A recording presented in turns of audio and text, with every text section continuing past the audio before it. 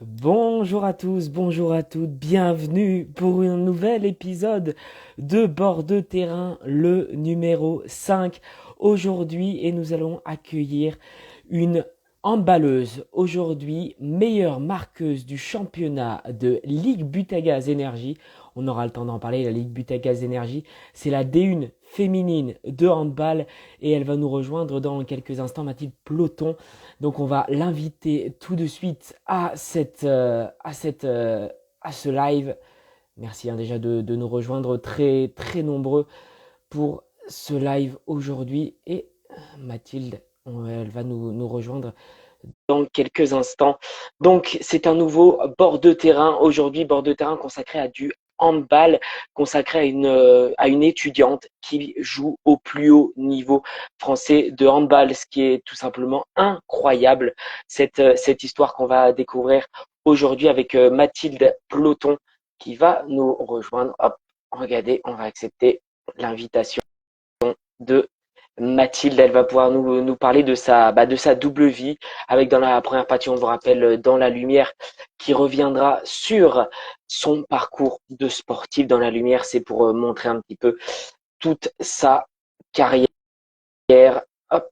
Alors, est-ce que ça va fonctionner pour Mathilde? On l'a invitée en même temps. Hop. Est-ce qu'elle a pu accepter Mathilde?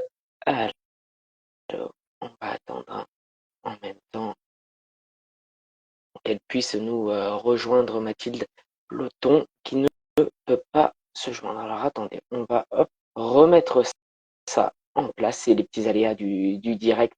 Et Mathilde, elle va nous rejoindre. Il suffit d'avoir cette petite notification. Et regardez, comme par magie, ça Ouais, marche. On a réussi, Mathilde. ça va du Sans test, premier on coup a en réussi. plus. Bienvenue, Mathilde, sur Merci. ce nouvel épisode de Bord de terrain. On expliquait rapidement ton parcours. On a le temps d'en reparler, Mathilde. Déjà, pour ceux qui ne te connaissent pas, est-ce que tu peux te présenter rapidement quel sport tu fais, où tu joues, etc. un petit peu pour nous en dire plus. Donc, je m'appelle Mathilde Peloton, j'ai 24 ans et je fais du handball à la Stella Saint-Maur. Donc, c'est en région parisienne pour ceux qui connaissent pas. Et j'ai évolué en première division depuis cette année, puisqu'on a été championne de France l'année dernière. Voilà, une championne, une tout jeune championne de France qui nous rejoint. Donc, passer à cette première partie, Mathilde, on va revenir déjà sur ton parcours de sportive. Toi, à la base, tu es originaire de la Loire, de Montbrison. Comment on vient à jouer au handball? Alors, on sait qu'on joue toujours chez les scolaires, mais comment on arrive à jouer au handball, Mathilde, dans un club? Comment ça s'est passé pour toi? Moi, ce qui s'est passé, c'est que j'ai testé pas mal de sports étant jeune, notamment le football, parce qu'en région stéphanoise, c'est plus qu'un sport, c'est un peu une religion. Bien évidemment. Et c'est vrai que c'était compliqué de trouver une équipe féminine. Donc j'ai fait pas mal de sport avant, mais juste avant de faire du handball, du coup j'étais au foot. Et c'était compliqué de trouver une équipe féminine. Ma mère en avait, pour être honnête, un peu marre de courir partout parce que j'ai un frère aussi qui faisait du foot. Et elle nous a fait essayer le handball sur le tournoi de Noël du club local, donc de Montbrison. Et c'est vrai que ça a été un peu un coup de cœur. Et pourtant, j'y suis un peu allée entrer dans des pieds parce que moi, c'était très foot, foot, foot. Dans la famille, tout le monde est un peu à fond derrière l'équipe de Saint-Étienne, justement. Et donc, on a essayé au tournoi avec ma soeur jumelle et on a tout de suite accroché et on s'est inscrite pendant la même saison. On a pris en milieu de saison. J'allais dire, est-ce que c'est par rapport à une famille de sportives, mais tu disais que maman était pas très motivée à t'emmener au foot. Il y avait une famille de sportives, mais parfois l'hiver, c'est un peu plus compliqué d'emmener au foot. Alors, elle était, enfin, ma mère est très sportive, mais c'est vrai que le foot, déjà du fait que ce soit extérieur, et puis bon, elle aimait bien le foot, mais sans plus, quoi. Et pour elle, c'était pas forcément non plus un plaisir monstrueux de nous amener sur les terrains de foot. Par contre, les terrains de handball, bizarrement, elle nous a suivis partout. Enfin, elle était nettement plus investie. Quand il fait plus chaud, de toute façon, en plein hiver, c'est plus simple d'aller jouer au Ouais, c'est handball que plus d'aller jouer au agréable, foot. c'est clair. Donc tu as commencé, toi, de toute façon, on va rentrer directement dans le vif du sujet. Tu as commencé avec ta sœur jumelle. Et Exactement. aujourd'hui, ce qui est incroyable, c'est que bah, vous jouez encore ensemble. C'est exceptionnel cette histoire. Tu peux nous raconter un petit peu ta sœur jumelle en plus. Oui, en plus, ben, on a fait à peu près, enfin, on a suivi le même parcours jusqu'en centre de formation. Donc, on a fait le pôle espoir à Toulouse ensemble, parce qu'entre-temps, on avait déménagé en région toulousaine. Donc, le pôle espoir Midi-Pyrénées. Ensuite, on est partis toutes les deux en centre de formation à Nice. Il faut savoir qu'on s'était pas concerté, donc ça a été plus ou moins le hasard, mais on a fait le même choix au même moment. Et puis, on a fait 2 ans, du coup, ensemble là-bas.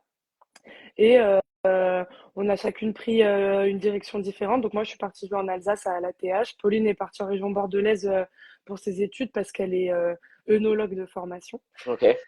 Et donc on s'est séparés à ce moment-là. Après, on a suivi un peu nos chemins chacune de notre côté. Elle est restée au club du CA Begley. Moi, j'ai joué 2 ans à l'ATH, 1 an à Noisy-le-Grand. Et ensuite, je suis partie à la Stella Saint-Maur. Et il faut savoir que en cours d'année, on a une joueuse qui a quitté le club pour différentes raisons personnelles. Et donc, du coup, la manager générale est venue me voir à peu près au mois de novembre en me disant on pensait recruter ta sœur, qu'est-ce que tu en penses? Donc, c'était complètement imprévu, mais ça a été une très bonne surprise. Et donc, du coup, elle nous a rejoints courant novembre-décembre. Et il faut savoir que moi, j'étais blessée à ce moment-là, je revenais de mes ligaments croisés. Et donc, on a fait notre premier match. Non, je dis une bêtise, on n'a pas fait notre premier match ensemble parce qu'elle avait le Covid à ce moment-là. Mais le premier match, du coup, à domicile sous les couleurs de Saint-Maur, on l'a joué ensemble. Donc, c'est une histoire assez folle. Je pense que si on avait voulu l'écrire, on l'aurait même pas imaginé. Mais donc, on s'est retrouvés comme ça. Et là, ça fait presque 2 ans, du coup, ouais, 2 ans qu'on joue ensemble à la Stella. Quand on est jeune avec ses frères et sœurs, on aime bien jouer ensemble, etc. Les repères sont plus faciles aussi à trouver peut-être avec ta sœur sur les terrains. Bah, il y a beaucoup de gens qui trouvent une explication à la gémellité. Je sais pas si c'est ça. Moi, j'ai tendance à pas trop croire au côté mystique de tout ça. Mais c'est vrai qu'on a appris le handball ensemble. On a eu les mêmes entraîneurs pendant longtemps. Donc, forcément, la même philosophie, la même façon de jouer. Donc, ça aide. Et puis, on a une manière de communiquer aussi où on se dit les choses de manière assez franche, Mm. assez directe. Ce qui fait que je pense que ça crée aussi une facilité. Après, je pense que ça dépend des personnalités, mais je pense que la franchise qu'on a entre nous nous aide aussi à développer des repères de manière assez rapide. Donc c'est vrai que je trouve que c'est plutôt une force de jouer avec sa sœur ou son frère pour ceux qui ont l'occasion. Pour dérouler un petit peu, on va dire, ta carrière, Mathilde, tu as également connu les équipes de France jeunes Mhm. du côté de cadet, junior également. Avec ta sœur également, si je dis pas de bêtises, est-ce Oui. que tu peux nous parler un petit peu de ces expériences? Parce que tu as vécu des championnats d'Europe, des championnats du monde. Parle-nous un petit peu de ces expériences. C'est le rêve de toute jeune fille d'aller en équipe de France jeune. Je sais pas si c'est le rêve de toute jeune fille. Pour moi, ça a été. J'ai commencé le hand assez tard. Enfin, j'ai commencé le hand, j'avais 11 12 ans. Et ma première sélection, je devais en avoir 14, ou entre 14 et 15, donc c'est arrivé assez vite. Et j'aurais jamais pensé que le handball prenne une telle dimension dans ma vie. Donc c'était un rêve qui arrivait vraiment sur le tas, mais c'était quelque chose d'assez fou. Déjà, niveau émotion, moi j'ai toujours suivi les équipes de France de tout sport, donc j'aurais jamais pensé être membre d'une équipe de France un jour. Donc déjà, il y a l'émotion de vivre ça individuellement, il y a l'émotion supplémentaire de vivre ça avec Pauline. Et c'est vrai que ça a créé un engouement familial assez fort. Mais non, ça a été des super moments. Donc on a fait une année en cadette, en France cadette, après 2 années en France jeune où on a fait du coup un championnat d'Europe et un championnat du monde. Et après une année en France junior où le premier championnat d'Europe, donc celui où elle finit championne d'Europe justement, moi je Mm. me suis blessée juste avant de partir. Donc, je ne sais pas si j'aurais été sélectionnée, mais en tout cas, c'est une expérience que j'ai loupée et qui a été un moment assez compliqué dans ma carrière. Mais en tout cas, j'ai une sœur jumelle qui est championne d'Europe, donc c'est pas rien. Et après, du coup, un championnat du monde où on se fait éliminer en quart sur un match très serré. Donc, ça a été un peu une déception, mais avec le recul, c'est quand même des super moments. On avait une génération incroyable, enfin, avec des joueuses qui sont aujourd'hui en équipe de France A. Donc non, c'est des moments incroyables. Et puis moi, je suis assez patriote, donc représenter mon pays, c'est une chance énorme. D'ailleurs, j'ai le maillot pour l'occasion. C'est patriote jusqu'au bout. Ouais, bah il y a le match juste après, donc je me C'est suis vrai. mise en condition. Et après, derrière, tu as connu donc tout ce qui est on va dire un parcours classique d'une jeune avec un centre de formation, les équipes de France. Bon, c'est peut-être pas ça dans le parcours classique. Et derrière, tu as tenté ta chance en D2 Mhm. féminine. Et comment tu as vécu ça? Est-ce que tu as vécu ça comme un pas en arrière? Est-ce que c'est comme c'est une première connaissance on va dire vraiment chez les seniors parce qu'avec Nice tu avais joué quelques matchs. Mais comment tu as vécu ça? Alors, il faut savoir que ça a été un choix que j'ai pris en très grande partie pour mes études, puisque j'étais à Sciences Po Paris, donc dans une formation un peu particulière qui est dédiée aux sportifs de haut niveau. Donc, qui peut se faire à distance, mais je savais qu'à un moment, il allait falloir que je me rapproche de la région parisienne. Et le système centre de formation français fait que quand ton club formateur te propose un contrat pro, tu es un petit peu bloqué ou alors faut qu'il y a, si jamais tu as envie de bouger, il faut que le club rachète tes frais de formation. Donc dans le hand féminin, D'accord. ça se fait, je veux pas dire jamais parce qu'il y a peut-être des exceptions, mais quasiment jamais. En tout cas, ça me semblait très compliqué. Donc j'ai fait le choix de partir en deuxième division pour justement me libérer de cette obligation-là, même si j'étais très bien à Nice et j'aurais bien aimé continuer mon parcours, mais j'avais un peu cette crainte de justement pas pouvoir aller à Paris au moment où il fallait pour moi me rapprocher pour Sciences Po. Donc du coup, j'ai fait le choix de partir en deuxième division en Alsace et pour le coup, je l'ai pas du tout vécu comme un échec vu que ça a été un choix délibéré de ma part et que je savais pourquoi je le faisais. Surtout qu'à ce moment-là, le niveau de première division, je ne l'avais pas clairement.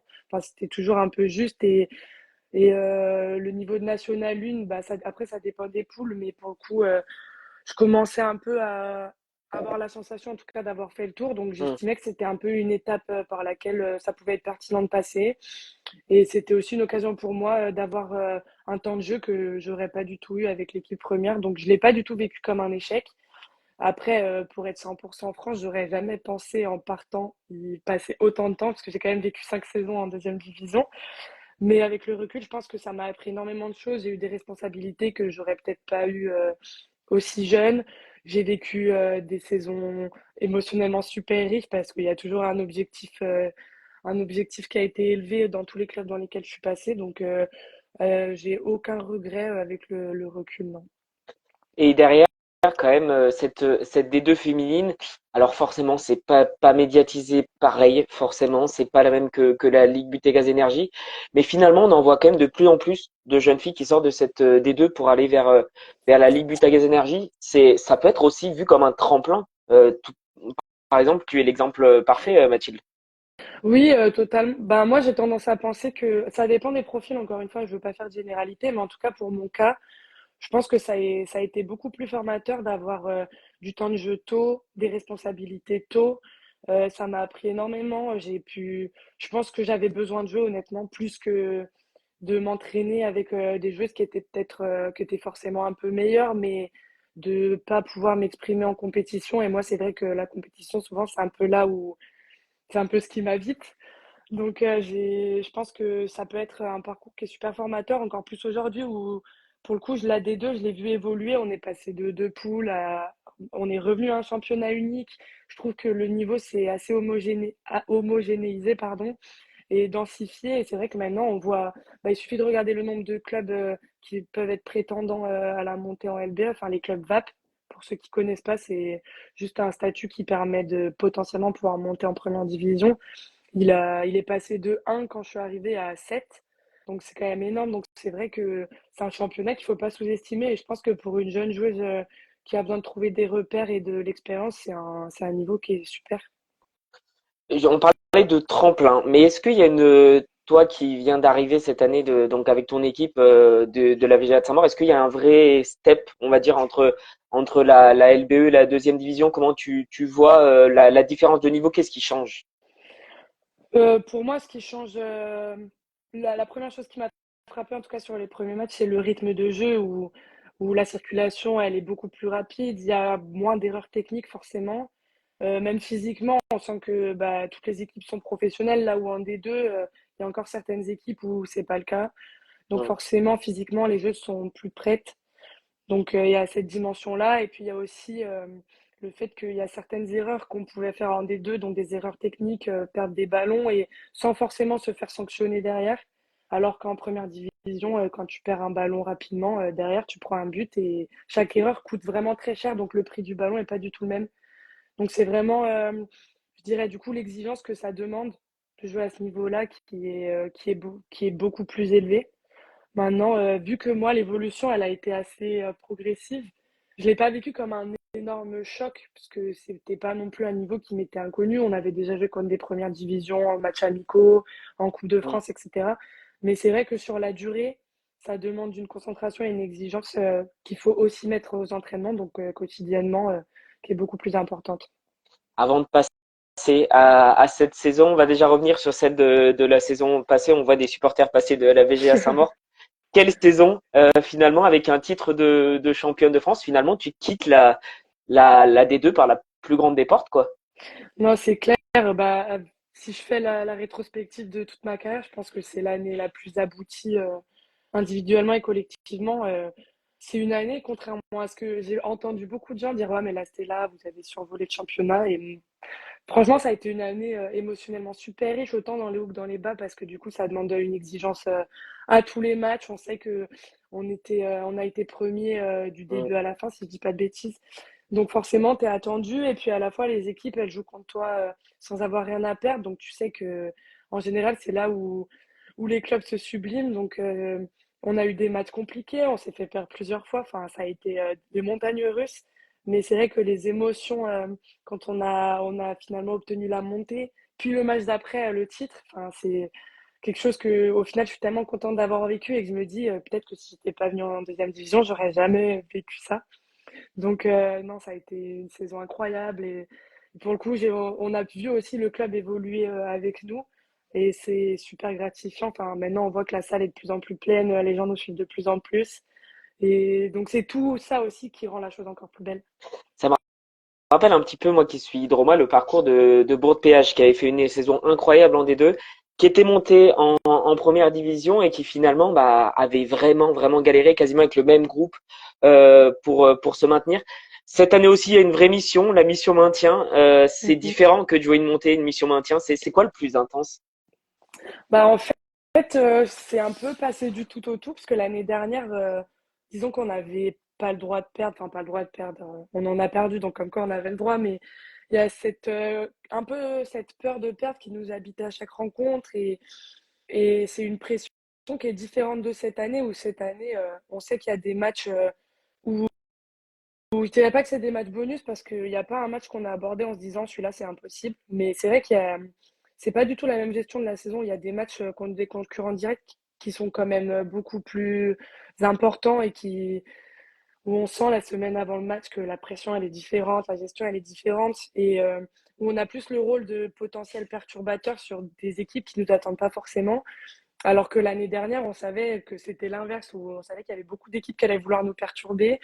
Donc c'est vrai que c'est pas du tout la même concentration, c'est pas du tout la même manière d'aborder les matchs, mais pourtant l'exigence elle est exactement la même et on se rend compte que la pression elle est juste toujours là de la même manière, juste elle est différente et elle est pas pour les mêmes raisons. Mais c'est vrai que mentalement, quand tu passes d'une saison où on finit à 24 victoires sur 26 matchs, si je dis pas de bêtises, à 23, pardon, 23 victoires sur 26 matchs, à une saison où la moindre victoire elle vaut cher. C'est vrai que c'est différent et c'est un step qu'il faut passer. Et t'as beau t'y préparer à l'avance, finalement, faut le vivre pour comprendre ce que c'est. Mais du coup, c'est super formateur et je pense que là, la première partie de saison a été super riche en instructions et là, la deuxième partie de saison, va falloir mettre en application tout ce qu'on a découvert, quoi. Et justement, il y a un prochain match, je pense que tu es en semaine pour un match très très important pour le maintien contre tes anciennes coéquipières, si je dis pas de bêtises. Alors, on joue Toulon d'abord demain. Ah À oui, Toulon, justement, on a un déplacement et on reçoit justement la TH la semaine prochaine. Donc là, on enchaîne deux rencontres ultra décisives, quoi. on va parler un petit peu, Mathilde. Tu as un petit peu fait, bon bah forcément, tu fais un petit peu la une parce que tu es en haut aussi de ce classement des buteuses. C'est comment c'est de se retrouver avec des noms des joueuses de l'équipe de France. Alors forcément, tu as un rôle un petit peu particulier, on va pouvoir en parler, mais première saison, bon, on va dire première saison complète en LBE maintenant, faut plus l'appeler LLFH, et finalement, tu es déjà en haut du classement des meilleures buteuses. Parle-nous-en un petit peu de ton rôle aussi. Bah, en toute franchise, je le vis un peu comme une surprise parce que si on m'avait dit ça, même l'année dernière, l'année prochaine, à mi-saison, enfin à mi-saison moins une rencontre, tu seras, tu seras devant au classement des buteurs, ça m'aurait fait rigoler parce que j'aurais pas cru. Après, je sais que c'est aussi dans ma caractéristique de jeu. Je suis beaucoup tournée vers l'attaque. Je sais que j'ai beaucoup de responsabilités dans mon équipe. En plus, je tire les pénaltys, donc c'est vrai que c'est aussi favorable à tout ça. Après, c'est vrai que me retrouver au milieu de tous ces grands noms, c'est plutôt une fierté. Et j'ai encore un peu, même si je commence à le faire disparaître, mais un peu ce syndrome de l'imposteur en disant, waouh, donc Mm. finalement, tu te retrouves là. Enfin, c'est vrai que ça reste un peu une surprise pour moi, mais c'est pas un objectif que j'ai forcément de finir au top des buteuses. Ça, j'avoue que si je devais choisir, je préférerais assurer le maintien avec la Stella Saint-Maur que de me retrouver là. Mais c'est vrai que c'est quand même une distinction personnelle qui est quand même gratifiante. Et même si j'en fais pas une priorité, je vais pas cacher que c'est quand même, ça fait quand même plaisir de voir son nom au milieu, juste devant Chloé Valentini, qui est une machine à but. Donc franchement, non, c'est un honneur. Après, voilà, comme je dis, j'en fais pas une priorité. Je change pas forcément ma manière d'aborder les matchs. Vu que je joue pas forcément cette place-là, je me dis pas, faut que tu marques un tel nombre de buts ou je suis pas forcément à regarder. C'est plus les gens en général qui me disent, ah, t'as vu, t'es là. Ah ouais. Mais non, non, c'est une fierté. Je vais pas mentir. Mathilde, si on voit un petit peu plus loin, tu as un très beau maillot sur toi, on va dire le maillot de l'équipe de France. Il y a une vraie concurrence à ton poste avec Estelle Nzeminko, La Source, Canor également. Si je te dis équipe de France, est-ce que il le garde toujours dans un coin de ta tête ou pas? Honnêtement, c'est un rêve pour moi. Je vais pas le cacher. Ça a toujours été, je vais dire objectif, mais pas dans le sens où, enfin, disons que c'est quelque chose qui me motive à travailler tous les jours. Et c'est vrai qu'il y a des périodes qui sont un peu plus compliquées et j'essaye de prendre ça comme une motivation, comme je dirais que c'est l'ambition qui fait que je continue à faire du haut niveau parce que je pense que le jour où j'y penserai plus du tout, je commencerai peut-être à me poser la question, est-ce que c'est le moment d'arrêter? Mais non, c'est quelque chose qui me motive et forcément, c'est un rêve ultime. Après, comme tu disais, la concurrence, elle est redoutable et il y a des joueuses qui sont là depuis longtemps, qui ont énormément d'expérience et que c'est des filles qui m'ont encore fait rêver il y a un mois au Mm. championnat du monde. Donc, j'y pense sans y penser. Disons que ça serait un rêve et c'est un objectif lointain qui reste dans un coin de ma tête et qui m'aide au quotidien à essayer de me surpasser, même quand des moments c'est un peu compliqué. Mais aujourd'hui, j'aurais pas du tout la prétention de dire que j'ai ma place dans tout ça. Je vais essayer d'aller la chercher en tout cas. Mais, euh, mais voilà, c'est une ambition et un rêve. Et si un jour ça peut m'arriver, ce sera un peu l'aboutissement de ma carrière, quoi. Alors, pour information, Mathilde, tous ceux qui sont passés sur bord de terrain ont quasiment eu des très bonnes nouvelles après. Donc, je te souhaite le maintien en premier, mais après, pourquoi pas d'autres choses, surtout qu'il y a plusieurs joueuses de ta génération qui sont dans cette équipe de France. Je pense notamment à la gardienne Camille Depuisé, l'ancienne péageoise. Donc, c'est vrai que voilà, il faut toujours avoir des rêves et c'est tout ce que je te souhaite en tout cas, Mathilde. On va passer maintenant à cette deuxième partie. Comme je te l'ai expliqué, donc bord de terrain, c'est découvrir le côté sportif. Donc, on a bien découvert ta carrière, Mathilde, mais c'est aussi découvrir un petit peu les à côté. Et Mathilde, toi, tu as une particularité, c'est que tu es étudiante. Alors ça doit impressionner beaucoup de gens parce que être étudiante et être en D1 féminine, comment on fait? Qu'est-ce qu'une journée type, une semaine type pour toi, notamment avec des matchs en semaine? Alors bah là, mes semaines sont très rythmées. Il faut savoir que moi, après le bac, j'ai jamais arrêté mes études, donc j'ai jamais vraiment perdu ce rythme-là. Et c'est vrai que en sport-études, on est au lycée, enfin, on suit un cursus lycée normal à côté du sport, donc c'est un peu un rythme qu'on a l'habitude de prendre. Donc je sais que souvent ça surprend les gens, mais moi ça me surprend pas tant que ça, vu que finalement j'ai jamais quitté ce mode de fonctionnement-là. Après, j'ai eu la chance d'avoir un cursus à Sciences Po qui a été super facilitant dans le sens où toutes les contraintes horaires et de lieu ont été repensées pour justement faciliter les carrières de sportifs. Et encore aujourd'hui, donc là, je suis plus à Sciences Po Paris, mais je suis à une école qui s'appelle IRISU, puisque j'ai choisi de m'orienter dans l'humanitaire. D'accord. Donc là, mes journées ressemblent à des cours. Je suis en stage également dans une association qui et sur Noisy-le-Grand, et c'est le président du club de Noisy-le-Grand qui la tient. Donc, comme D'accord. quoi, le monde du handball a toujours des intérêts. Donc, mes journées, voilà, sont partagées entre mon travail scolaire, mon travail dans l'association et mes entraînements. Donc, c'est un rythme à prendre. Je vous cache pas que des fois, c'est un peu compliqué de tout tenir, mais pour le coup, là où j'ai de la chance, c'est que les différents acteurs de mes différentes parties de ma vie sont tous au courant et essayent de s'arranger au mieux. Donc, on s'est mis d'accord que bah, le handball, c'était la priorité numéro une et que le reste du temps, je pouvais l'accorder de manière assez aménagée à l'asso et à l'école. L'école, justement, est-ce que, on va dire, ils ont aménagé en plusieurs années? Je sais qu'on avait croisé une volleyeuse qui m'avait dit, au lieu des 3 ans, elle avait fait en 5 ans. Est-ce que pour toi aussi c'est ça ou c'est sur un cursus classique pour toi? Bah, à Sciences Po, justement, une licence que moi j'ai choisi de faire en 4 ans. Donc je l'ai étalé, enfin je l'ai aménagé en 4 ans au lieu de 3. Et là, mon année, donc l'année dernière, c'était pas du tout aménagé, donc ça a été très compliqué. J'ai réussi à valider mon année quand même. Et mais c'est vrai que c'était très compliqué parce qu'il y avait vraiment beaucoup moins d'accompagnement. Et là, cette année, j'ai l'avantage d'avoir une formation qui est professionnalisante. Donc le stage occupe une bonne partie de mes cours. Donc, ce qui fait que j'ai pas tant de cours que ça, mais du coup, c'est mon stage qui compense. Et donc là, mon stage, du coup, je suis vachement aménagée et ils comprennent que je peux pas forcément travailler aux mêmes horaires que tout le monde, mais il y a une confiance mutuelle qui fait que j'aménage un peu mon programme comme je l'entends. Et après, l'école, bah, ils connaissent mon statut. Après, il n'y a pas trop de. Au final, tous les gens qui sont dans ma classe, ils ont un travail à côté ou une alternance. Donc, il n'y a pas forcément d'aménagement particulier, mais on va dire que c'est un aménagement qui est fait à tous les étudiants, quoi. Ok.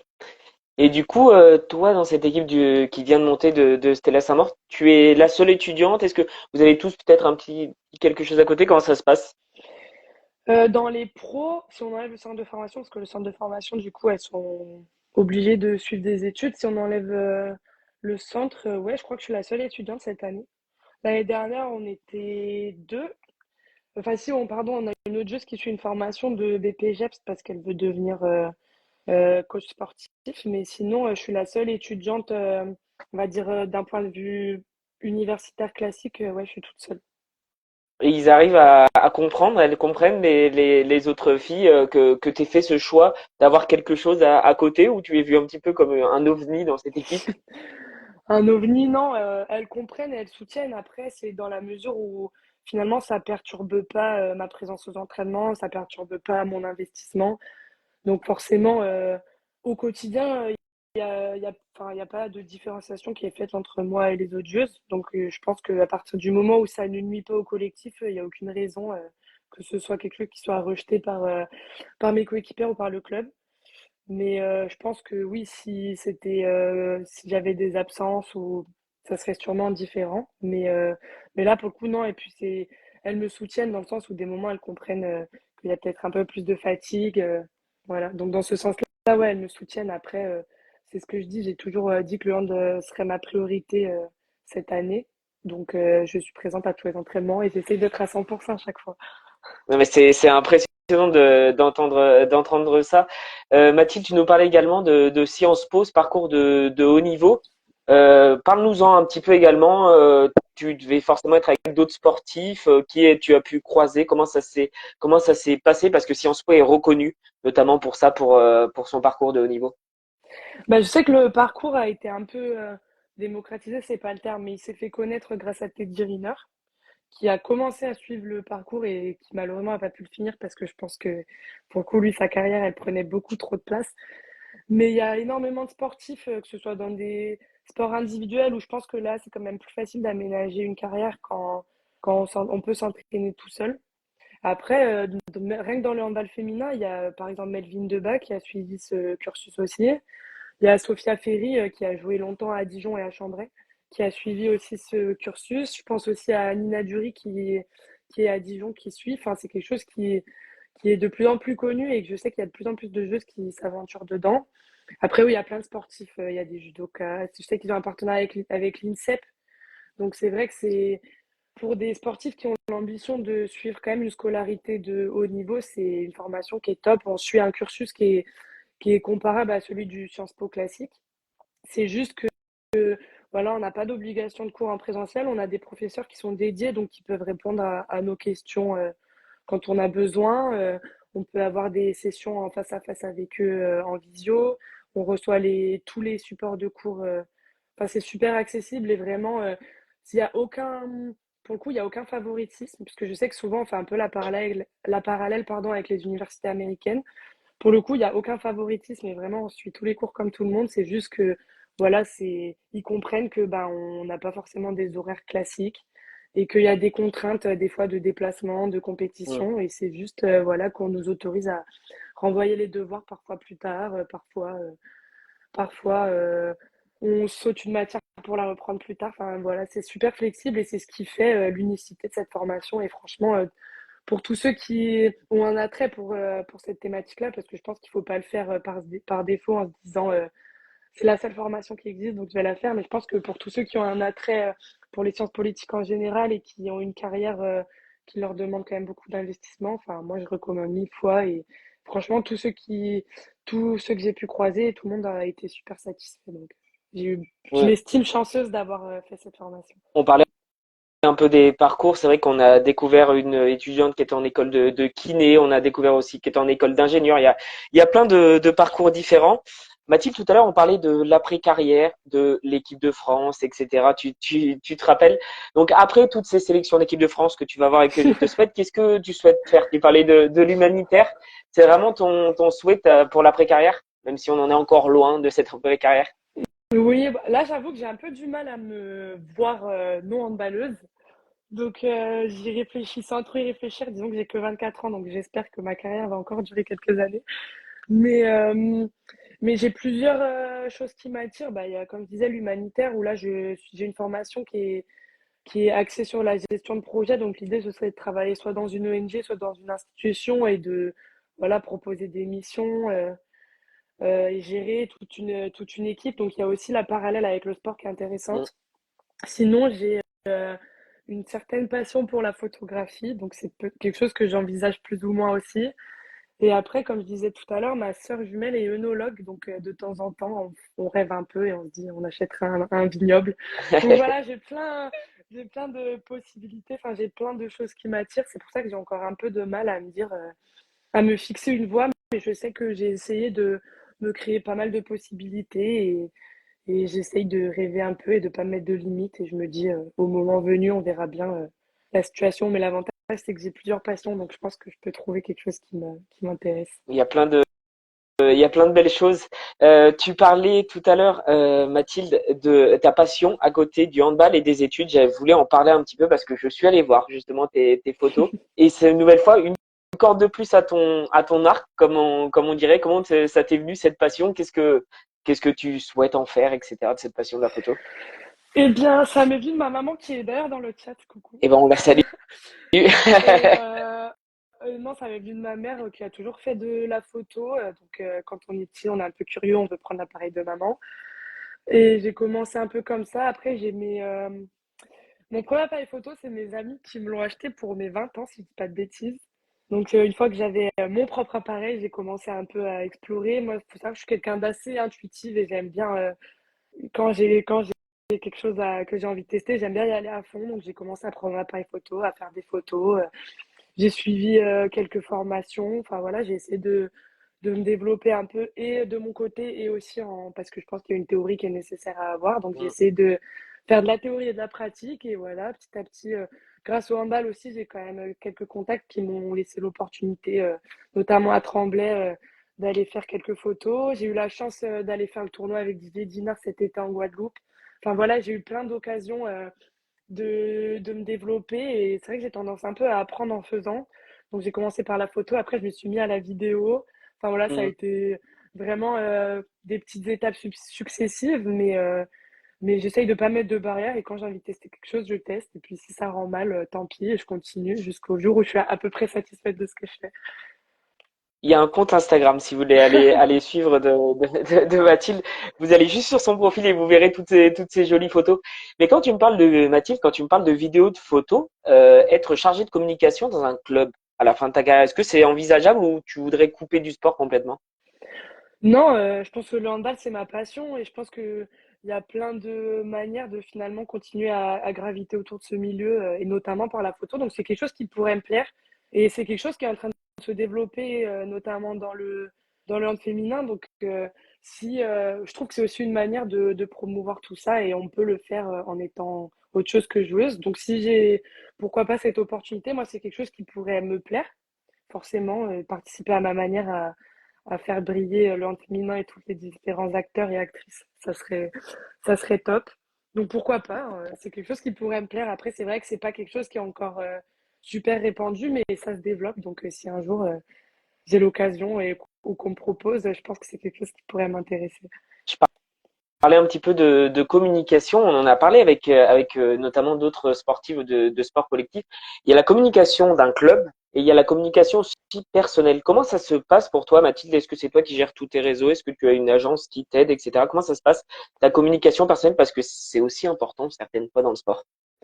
C'est vrai que c'est quelque chose de très important et c'est une chose à laquelle on n'est pas du tout formé. Et pour le coup, bah, moi, je gère ma communication parce que j'estime ne pas avoir une assez grosse notoriété pour la confier à quelqu'un. Et puis aussi, ça me tient à cœur. Je sais que j'ai tendance surtout à partager ça avec des personnes que je connais, donc c'est aussi un échange que j'aime bien. Donc non, j'ai personne qui gère, mais c'est vrai que c'est quelque chose qui est important et je pense qu'il peut impacter une carrière positivement ou négativement. Donc je pense que c'est quelque chose qui pourrait être développé, au moins que les jeunes filles soient formées un peu à ça et conscience de l'impact que peuvent avoir certaines méthodes de communication, que ce soit sur Instagram, enfin sur les différents réseaux. Mais moi, je gère tout toute seule et je pense que j'essaye de prôner un peu la transparence, bien qu'il y ait énormément de facettes de ma vie que je montre pas forcément parce que j'estime que c'est important en tant que joueuse professionnelle de pas non plus montrer trop ma vie perso, etc. Je sais qu'il y a certains sportifs qui ont deux comptes. Moi, j'ai fait le choix d'en avoir qu'un parce que je pense que les personnes qui sont proches de moi, j'ai plein de manières différentes de leur donner des nouvelles que par les réseaux sociaux. Mais c'est vrai que je pense que c'est quelque chose qui a développé et je pense que les sportifs qui sont un peu plus, qui ont une notoriété qui est beaucoup plus grande, je pense que c'est aussi important, soit de confier son image, soit de vraiment avoir des compétences dans ce domaine parce que je vois aujourd'hui, les gens sur les réseaux sociaux sont pas forcément toujours gentils. Moi, j'ai la chance, en tout cas, de jamais avoir eu de problème, mais c'est vrai que une erreur peut vite être payée. Donc, c'est vrai que une formation ou au moins être conscient qu'il faut faire un peu attention, c'est important. La ligue, vous faites pas, enfin, je dirais la Ligue nationale de handball, vous êtes pas, par exemple, avec des réunions, par exemple, par rapport aux médias, vous avez pas cette aide qui peut exister aussi dans le foot chez les jeunes, surtout un peu des kits médias, on va dire, pour les aider. Vous avez pas ça du côté de la Ligue nationale de handball? Bah pour le moment, on n'a pas eu, mais peut-être c'est quelque chose qui creuse de leur côté. Ça m'étonnerait pas parce que je sais ils essayent de trouver plein de choses à développer. C'est vrai qu'on a des réunions sur d'autres thématiques, on n'a pas encore eu ça. Mais je sais que par contre, au niveau des clubs, il y a souvent, enfin, la LFH organise des réunions pour tout ce qui est communication de club et tout, pour aider à développer. Après, je rentrerai pas dans les détails parce que je ne les connais pas. Mais au niveau individuel, non, c'est pas fait. Et je pense que c'est aussi beaucoup de travail. La Ligue, elle est déjà en train de se développer elle-même, que ce soit la communication de la LBA ou de la D2. Donc je pense que ça sera une étape qui va arriver petit à petit. On a lancé l'idée, en tout cas, Voilà, si Mathilde. jamais il y a quelqu'un de la Ligue qui nous entend. Mathilde, on va terminer avec un petit dernier jeu qui s'appelle un petit peu ton set de rêve, ta composition avec des joueuses avec qui tu as joué. Donc moi, je suis D'accord. curieux un peu d'avoir ton set. Réfléchis un petit peu, tu vois. Je te laisse quelques secondes. Tu as le droit de citer ta sœur jumelle dans tes sets. Du C'est côté c'est le, petit coup de c'est le choix du pression. cœur, ça. En plus, il y a vraiment qui est sur live. Si je devais te citer une gardienne avec qui tu souhaiterais dans ton set de rêve, ce serait qui, Mathilde, et pourquoi tu la mettrais là-dedans? Je vais dire Jacqueline Oliveira, qui est ma gardienne, enfin une de mes deux gardiennes actuelles, parce que c'est aujourd'hui elle a 43 ans, elle est encore au top niveau, elle a une carrière qui est assez incroyable et du coup je la mettrais aussi pour ça, pour toute la transmission qu'elle apporte aujourd'hui au club, pour toute l'expérience et pour simplement la carrière qu'elle a eue, que je trouve assez phénoménale. Et rien que de jouer au top niveau jusqu'à 43 ans, je trouve que ça, c'est un argument qui fait qu'elle mérite amplement sa place. Du côté de l'ailière droite, tu mettrais qui? Ça, par contre, c'est une évidence. T'as le droit d'en mettre deux, s'il J'ai y le a droit besoin. d'en mettre deux. Ouais. Euh, non, je vais mettre Carmen Martin, où j'ai eu la chance de la côtoyer à Nice et je pense qu'à tout poste confondu, c'est la joueuse qui m'a le plus impressionnée. Et, et non, Carmen Martin, sans hésiter. Enfin, pour moi, c'est la meilleure ailière droite de tous les temps. Je suis pas très objective, mais je pense qu'il y en a qui seront d'accord avec moi. Du côté, on reste toujours du côté droit. L'arrière droite pour toi qui serait dans ton équipe de rêve. Euh, J'hésite un petit peu. Je dirais Janela Blombou, avec qui j'ai joué en équipe de France et à Nice aussi, qui pour moi qui a un talent énorme et qui le montre toutes les semaines en LDA. Donc je dirais Janela Blombou. Du côté de Miss Sand, celle qui gère un petit peu tout le jeu de cette équipe. Bon là j'ai le droit d'en mettre deux, donc c'est cool. Euh, C'est ton seul joker. je dirais Méline Nokandi, forcément, que j'ai côtoyé en équipe de France aussi et qui est pareil, un talent brut, enfin physiquement, juste de jouer à côté d'elle, c'est incroyable. Enfin, waouh, vraiment, c'est une joueuse. Et je l'ai connue, j'ai vu un peu son évolution du coup, et même c'est quelqu'un de super humble, c'est quelqu'un de très humain, donc je la mettrai. Et après, bah, je vais mettre ma sœur parce que voilà, je suis obligée, mais elle le mérite, elle le mérite, elle a plein de qualités aussi. Que je ne citerai pas parce que ça pourrait prendre très longtemps, mais elle mérite aussi sa place. On te met toi au poste d'arrière gauche ou Non, tu veux mettre je quelqu'un en vais pas plus? mettre, moi je vais pas mettre, moi je vais mettre Lina Thorstensson. C'est une joueuse pareil que j'ai fréquentée à Nice et je pense que ça a été là-bas, en tout cas dans mes années de formation, ça a été la joueuse qui m'a enfin, appris énormément de choses. On avait à peu près le même profil, elle allait arriver en fin de carrière et elle avait été championne d'Europe avec Bucarest, enfin une carrière longue comme le bras, un palmarès, j'en parle pas. Et je pense que ça a été un peu mon repère sur ma deuxième année en centre de formation. Et ça a été une joueuse qui m'a beaucoup appris. Donc je la mettrai au poste d'arrière gauche. Du côté de l'aile gauche qui va terminer un peu les actions. Je vais mettre Djeneba Tandian, qui était ma capitaine à la Stella, donc avec qui j'ai été championne de France. Parce que au-delà d'être une très bonne joueuse, c'est une personne incroyable. Et je pense que c'était notre capitaine. Et je pense que humainement, elle a tellement apporté. Et c'est une fille qui a un aura extraordinaire. Donc c'est mon ailière gauche préférée. Et du côté de qui va un peu faire le sale travail, la pivot qui va faire le sale travail dans ton équipe. Euh, ouah, c'est compliqué. Je pense à plusieurs, mais je vais mettre, euh, je vais mettre Tisha Pastour, qui est ma pivot actuelle, parce que c'est une joueuse qui a eu un parcours assez atypique. C'est pas forcément une joueuse qui a été mise en avant tout le temps, à sa juste valeur, en tout cas de mon point de vue. Et c'est une fille qui l'a jamais rien, c'est une meneuse de troupe, c'est une guerrière, et je pense que c'est une fille qui est super précieuse dans une équipe, et je pense qu'elle mérite un peu de lumière. Et qui va entraîner cette équipe avec toi, du coup? Je vais mettre, waouh, ça me fait bizarre de dire ça. J'hésite entre deux, mais je vais mettre Aurélien Durafour, qui a été mon entraîneur à ATH, qui est aujourd'hui manager général là-bas, justement, Mhm. avec qui j'ai gardé de très bons contacts, et je pense que ça a été un peu mon repère en sortie de centre de formation et à la découverte du monde professionnel. Et il m'a énormément guidé, il a énormément cru en moi et encore aujourd'hui, il continue à m'apporter énormément. Donc, je dirais Aurélien Durafour. Et toi, ça pourrait être une très belle équipe. Une équipe avec toutes au top niveau. Elle est championne de France ou pas? Aujourd'hui, quand même, pour être championne de France, il faut aligner une grosse équipe. C'est Mais je vrai. pense que, en tout cas, c'est une équipe. Si j'avais l'occasion de jouer avec elle aujourd'hui, je signerais avec plaisir. Bon, ça va. Toi, le coaching, ça pourrait être une idée ou pas pour toi, pour l'avenir? Tu y as pensé ou pas, Mathilde? Je je sais pas, parce que je pense pas être quelqu'un de très pédagogue et je pense qu'il faut quand même avoir des compétences. Je pense que c'est être avoir joué au haut niveau ne justifie pas d'être un entraîneur de haut niveau. Je pense qu'il faut plus que ça et je suis pas sûre d'avoir ces compétences-là. Mais en tout cas, à ma moindre échelle, des fois, je vais aux entraînements des plus jeunes. Enfin, on a un système de marrainage dans le club qui fait qu'on côtoie quand même pas mal les équipes plus jeunes. Mhm. Et c'est quelque chose que j'aime bien faire ponctuellement. Après, en faire mon métier, je sais pas, peut-être qu'après ma carrière, j'aurais envie d'avoir mes week-ends un peu tranquilles.